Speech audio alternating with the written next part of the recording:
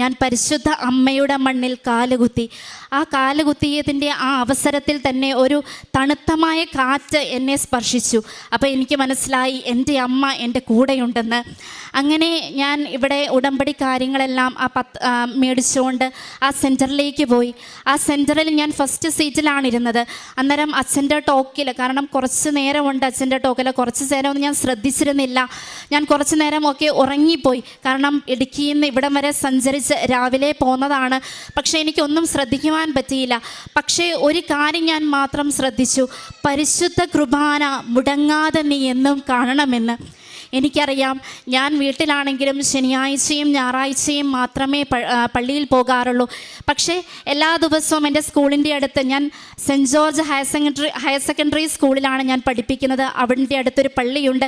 എല്ലാ ദിവസവും ഞാൻ ആ പള്ളിയിൽ കയറിയിട്ട് മാത്രമേ ഞാൻ പോകാറുള്ളൂ.